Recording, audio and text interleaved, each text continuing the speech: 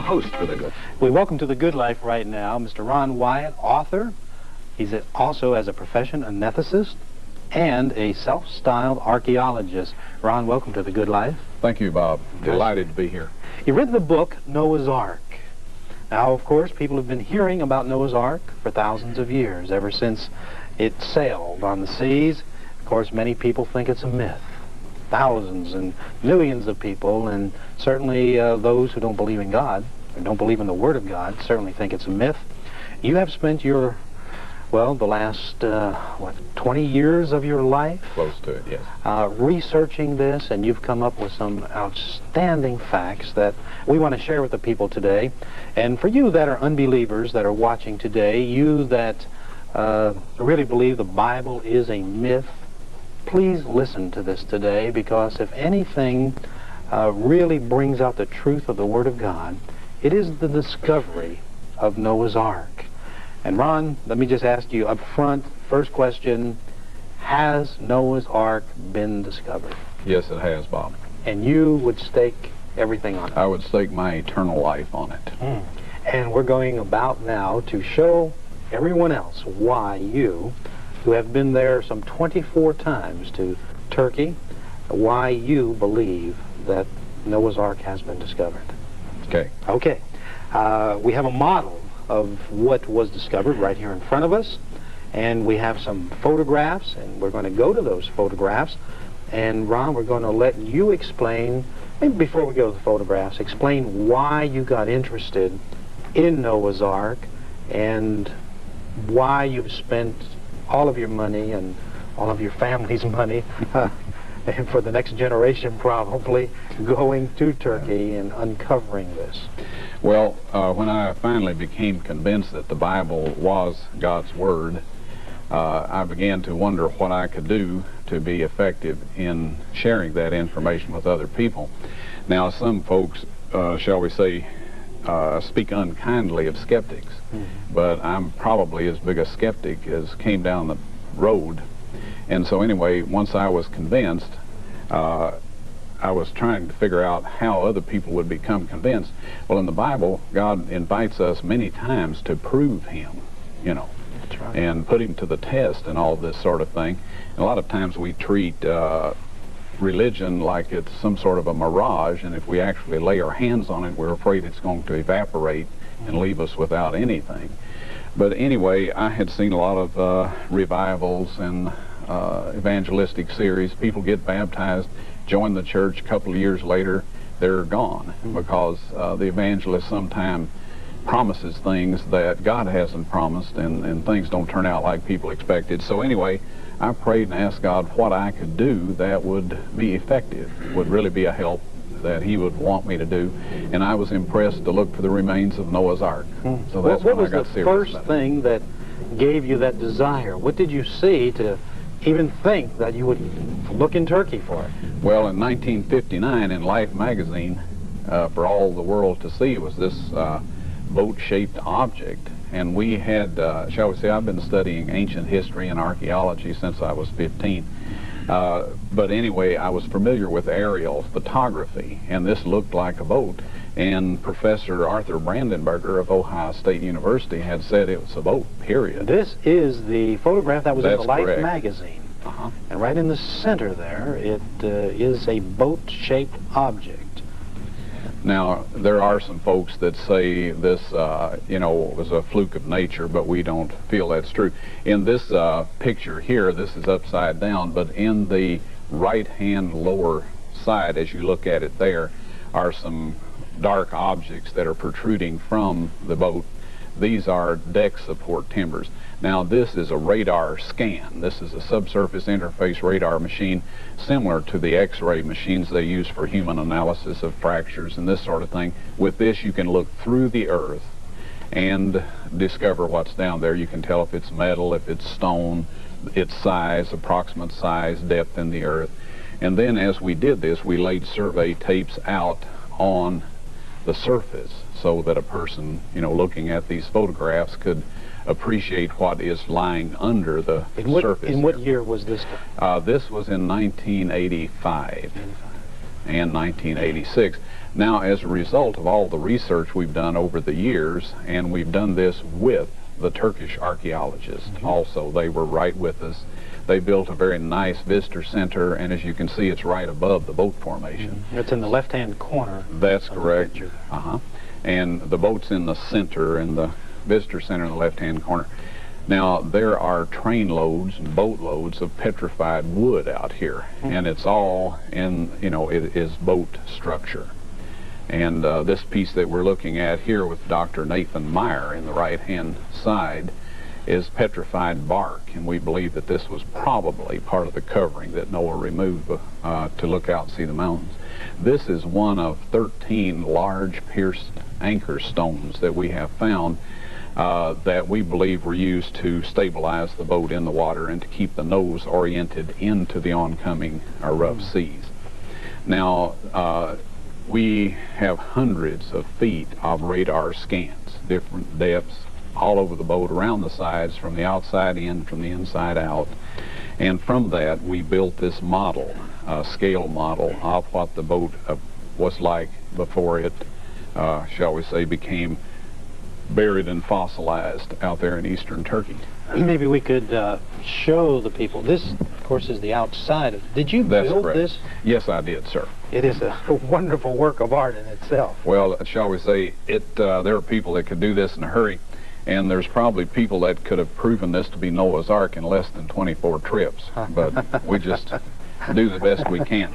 Now, based on the radar scan, this is the second deck. This is the upper deck. Apparently, I would say this is where Noah stayed. If I'd have been there, that's where I'd have stayed. But that's all. We're just guessing that he didn't choose another spot. All right, inside we have many chambers in here. We also have a ramp system leading from the door, and all of this is very obvious, right where your hand is. This led down to the bottom decks and to the upper decks. Some of this glue I used. I think I just messed up Noah's Ark. No problem. After all these thousands of years, I had to break it. Yeah, no worry. We can stick that back in a hurry. But anyway, this was quite large enough to accommodate Noah and the animals. As a matter of fact, the tragedy of the whole story, Bob, is that it would have also accommodated a lot of people if they had, you know, followed Noah's advice and gotten on the boat. Now, how big is this? Well, it's 515 feet long, the original. This is 1/144th, the size. How about the width? The width of the boat was 87.5 feet in reality.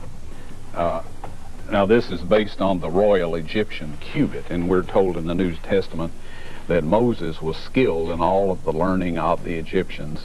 And of course, in Revelation, John points out that the cubit being discussed between him and the angel is the cubit of the sanctuary, which was another thing that Moses had built, and that cubit was different than the Babylonian, Palestinian cubit that, you know, most of the Bible readers would have been familiar with. How long would it take to build a boat that 515 feet by 80-some feet wide? It would take me about 1,000 years. But I think the Bible somewhere says Noah was 120 years in building the ark, and I assume that he had some hired help, because this is quite a undertaking. The timbers, when we think of boat building today, we think of these little timbers, you know, that are cut and shaped and molded and all that, but that really wasn't the construction of the ark. No, this had timbers in there. We have looked at some on the radar scan that are 20 feet through. And where did this mammoth timber come from? Well, all we could do is extrapolate. And I try to avoid that because it tends to lessen your credibility. I believe that the earth was so destroyed by the flood that we would have no real way of knowing where the ark was built originally. Where those, wherever it was, it had to have been close to a forest, because you don't just haul 20-foot through pieces of lumber, no telling how long they were. That's correct. Now, the anchor stones are made of a type of granite that is accessible in northern Michigan. But I believe that that's all glacier scarred, and so the indications are that that wasn't open to the surface pre-flood, perhaps. Right. But again, I don't. So you don't think Noah built it in northern Michigan? I don't know that he didn't, but I certainly don't know that he did. Right. Now, there are many, many other things, these anchor stones, but you've discovered other things. In fact, your wife was telling me in the back about finding some animal hairs. That's now, right. what did you do? You took core drillings and went down into this? That's correct. We were able, by the subsurface interface radar system, to find chambers that were intact. Some of them are filled with this old mud flow and decayed lava flow that the boat is covered in, but some of them are still open. And so we were allowed to do a core drill into one of these chambers. And so anyway, she was fishing back in there with her arm and came out with this piece of petrified wood that had an animal hair in it. And shall we say, she was very excited. Now, we found an animal antler also, and I was allowed to bring the base of it. In the petrification process, it had cracked. And so I was allowed to bring the base of it back to try to determine what animal it came from. And all I can say is that it's of the antelope family. But now, the condition of it now, of course, doing all the x-rays and all of that, but it's still covered. That's correct. There are a few beams that are protruding out. But That's other than right. that, everything else is covered. Is Yes. it going to stay that way, or will the Turkish government allow it? Now, Turkey is a Muslim Yes. country. Yes. How do they feel about this relative to the Bible? Well, they're delighted with this. See, the Quran mentions the flood and Noah's Ark, and also the Quran states that every true Muslim must believe every true prophet. And if they don't believe every true prophet, they're not a true Muslim. Well, Musa, or Moses, is one of the very greatest of the prophets that they recognize, and of course he told the story of the flood and Noah's Ark. So they believe it. In fact, they believe it much quicker than people in the West do, because say, for example, they haven't been exposed to a lot of the tall tales that we have that later are, shall we say, shown to be less than honest. Right. And so anyway, they are more easily convinced by the facts than some people that have been calloused by. Now, will it stay in this Sorry. condition, or are there future plans to uncover more of this and actually expose the interior of Noah's Ark? We have a permit. I was given a permit to build a covering over the Ark. Say, for example, all of this fossilized material, this petrified wood and other materials that are in there, if we take this covering off of it and expose it to the freezing and thawing that takes place at this particular site, it would degenerate or deteriorate very, very quickly. So in order to excavate it, we first have to house it, or at least house the portion that we're excavating. I see. And I'm hopeful that we can, we've had a little problem coming up with the funds to do this. But anyway, God owns the universe, and I believe that when He's ready, that things will, shall we say, work out. But there are plans afoot to excavate this front end section. That is the best preserved area, and it is more easily accessible than some of the And other you've been parts issued of a the boat. permit by the Turkish government Yes. to go ahead and do this? Yes, and we have architectural drawings of the proposed covering and all of this sort of thing. Of course, in Turkey, sometimes the government changes, the cabinet changes, and this sort of thing. So each time you go back, it's necessary to reconfirm your permit. Sure. But I have found the Turkish authorities very easy to work with, very cooperative, very straightforward. They don't have any hidden agendas, and so it's been a pleasure for me to work with these people. Now, what is the condition of the ship? The ship isn't like this at this point. Is it not been, I guess, through the years, kind of laid open? Exactly, yes. I think the term is splayed, but you're right. On a boat, the gunwales are tipped outward anyway, and so as it decays, it would tend to splay or spread more. So what has happened, the back end of the boat, or the stern, or the front of the prow, are more sturdily constructed, so they tend to maintain their shape. But in the center of the boat, along the straight side, they're less support, and so they have splayed more than the front end has, and so you end up with a kind of an almond-shaped object out there. But when you take into consideration the height that the Bible gives of 50 cubits, and of 30 cubits, and the width of 50 cubits, and the degree of splaying that's taken place, it all fits perfectly. It fits perfectly. Exactly. No question about it. No. This is, I would guess, in my way of thinking, is equally important as the Dead Sea Scrolls. Has there ever been any kind of writing found, or was there any kind of writing in Noah's day? There's inscriptions that date back to the Urartuan, the Sumerian period, and to the Hittite period. There are inscriptions in their hieroglyphics and in their cuneiform style of writing that identifies this as Noah's Ark, and the anchor stones as part of the Ark.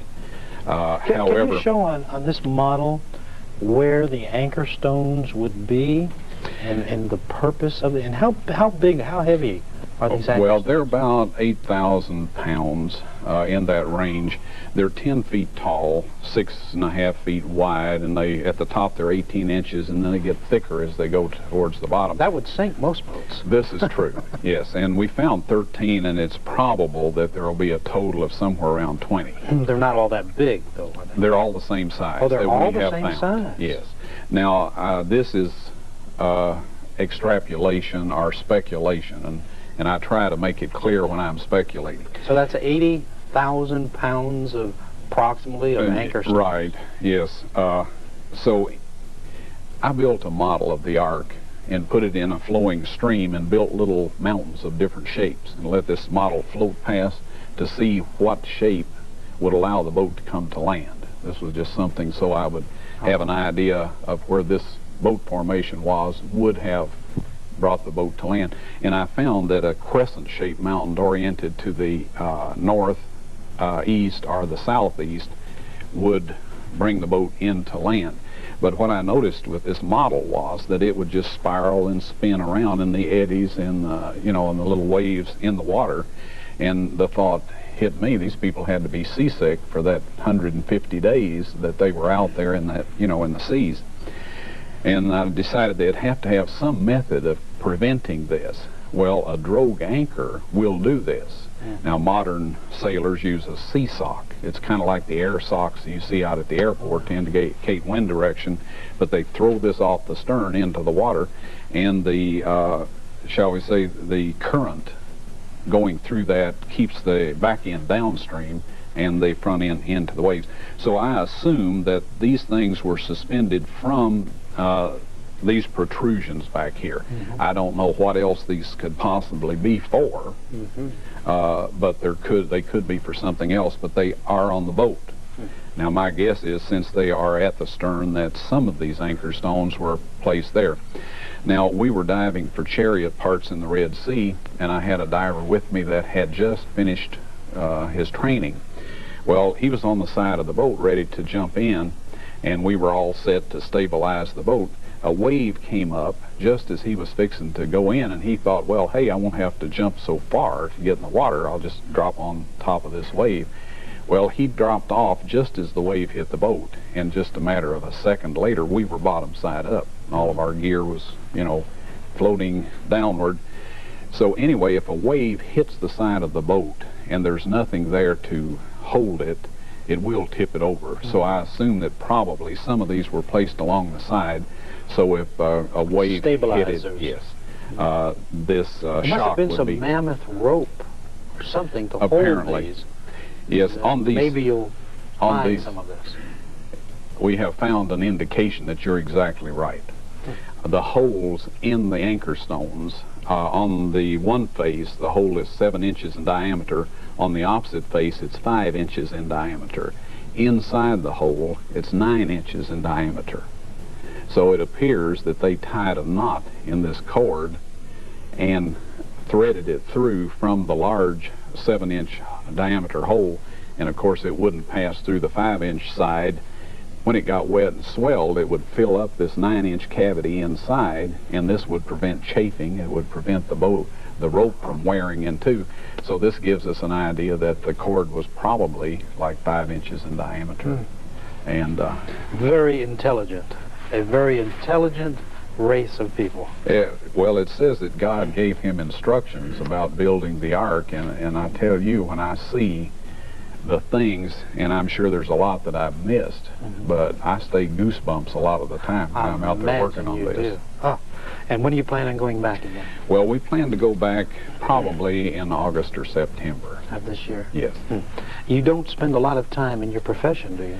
Well, we work with some very nice folks. When I'm home and available, I take call and do cases and this sort of thing. And shall we say, for the last several years, they've been willing to allow me to do this, so I'm able to make a living and to get some of this stuff done too. So absolutely amazing. Is there anything else I'm sure we've both missed a lot of things, but is there anything else you want to share about the ark before we go on to another subject that is just as exciting as this that you've been involved with?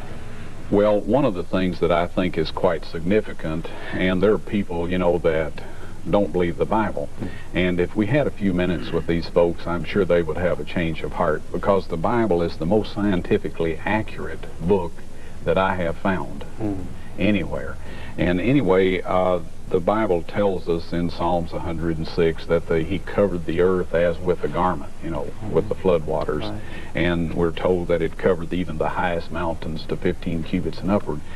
Well, if you put all of the water that is available to our planet on the surface, the very maximum depth above present sea level that you could reach would be 9,000 feet. Okay, and so this would eliminate these volcanic mountains such as Ararat.